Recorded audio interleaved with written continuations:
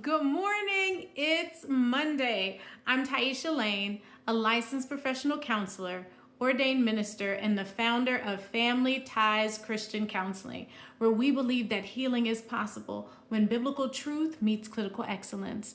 I'm coming to you with Mental Health Mondays.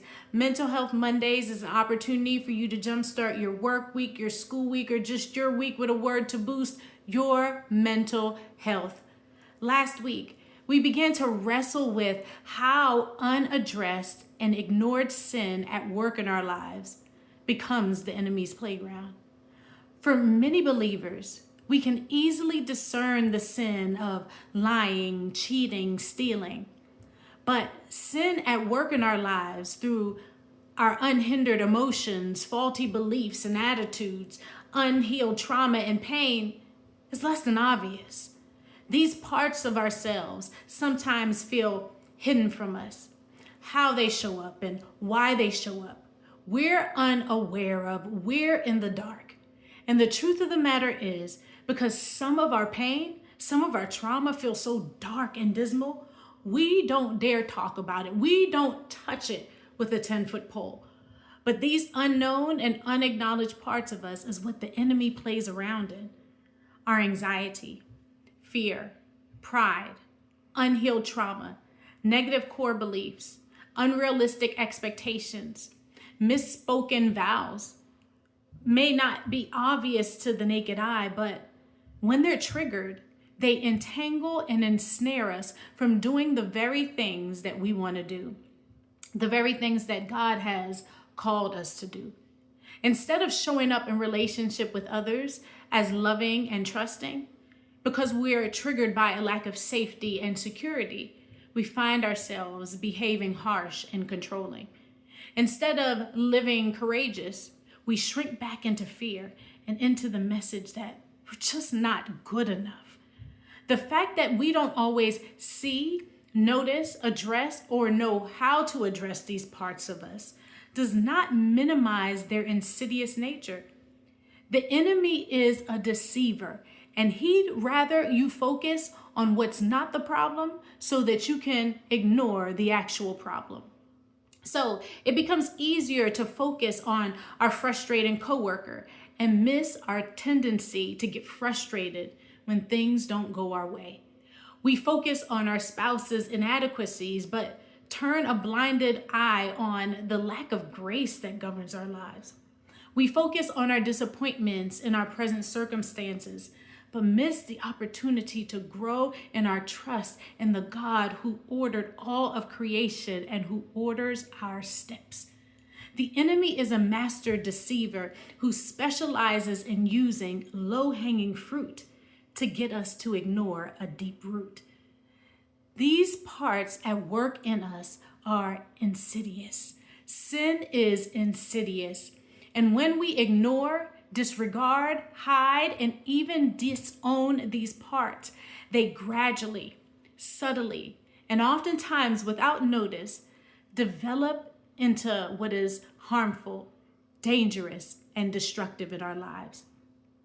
Quite frankly, these parts of us, the fear, anxiety, pain, pride, anger, negative core beliefs, attitudes, unhealed trauma, are like weeds in what's supposed to be a beautiful, fruitful garden. We must regularly tend the garden of our souls, the garden of our lives, so that the insidious weeds sprouting in our emotions, thoughts, understanding of self, God, and others won't overrun, overtake, and ambush the garden of our souls that God intends to reflect His life and His light in. We are all impacted by the insidious nature of sin and the ever-growing weeds in the garden of our lives. Now, I'm not a skilled gardener, but during the pandemic, you could not tell me that I was not. One of the things that I learned about gardening is that it requires consistent weeding. If you want a beautiful, flourishing garden, you've got to regularly weed your garden. I discovered that no matter how much I sprayed for weeds, laid down landscape fabric, put down rocks, and mixed different concoctions into the soil, weeds still grew. Because weeds are opportunistic. Weeds will look for any and every opportunity to grow, and so it is with sin. So there is nothing that I can say or share with you today during MHM that will prevent you from having to do the work of consistently weeding your soul to examine what opportunities the enemy is attempting to take advantage of to plant sin in your heart, what he's attempting to germinate in your thoughts, what's trying to sprout in your feelings, what is wrapping around your emotions, entangling your behavior, and even choking out your truest core beliefs. You see, the enemy wants weeds to grow in the garden of our lives because he wants our lives overrun with desolation, fruitlessness, and sin. Paul says in exasperation in Romans 7:24, "Who will rescue me from this body of death?"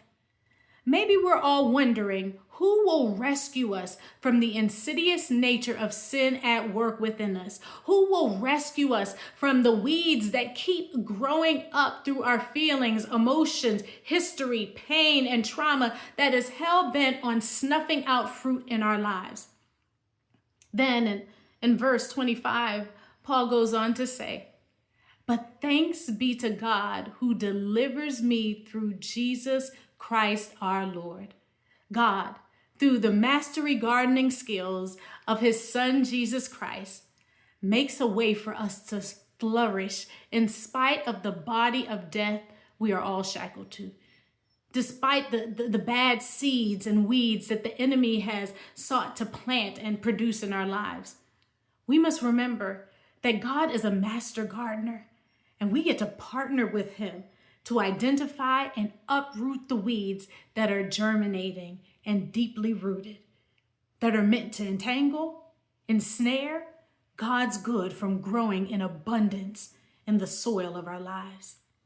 So get into the garden of your soul today, this week, and do some weeding with your master gardener.